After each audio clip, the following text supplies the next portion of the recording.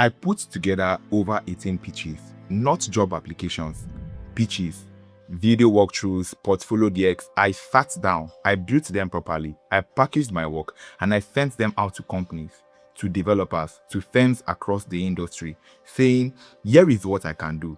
Here is what I am offering. Here is proof. Do you know how many responded? 0.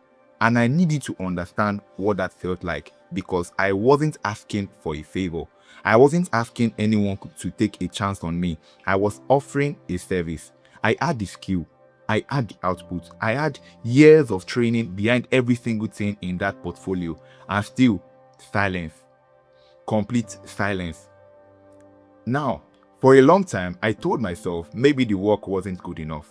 Maybe I needed to learn more, do more, be more. So I kept going back to the drawing board. I kept refining, I kept adding, and the silence kept coming. And then one day, something shifted in my thinking. I stopped asking, is my work good enough? And I started asking a different question entirely. Can the right person actually see what I am offering? Because here is what I had to confront. My portfolio looked like every other architect's portfolio. My pitch read like every other architect's pitch. I was presenting deliverables, renders, drawings, specifications, where what the person on the other side of that email actually needed to see was outcomes. They didn't need to see that I could produce a 3D render.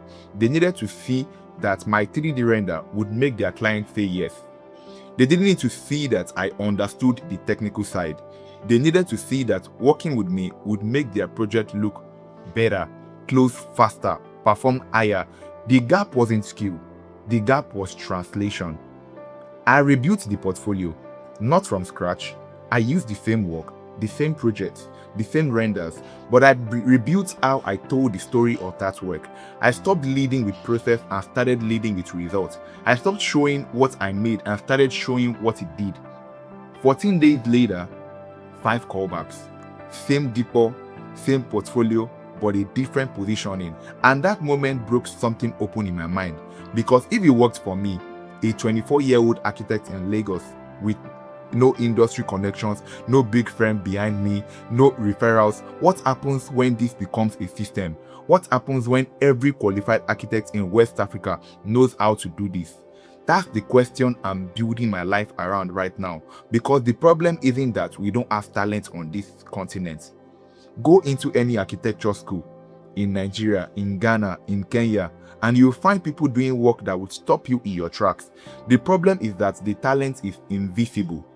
Qualified, trained, ready, and invisible. And I'm not willing to accept that as a permanent condition. This channel exists because I believe visibility is a skill. And skills can be learned. Stay close. I'm Dipo, the Standout Architect.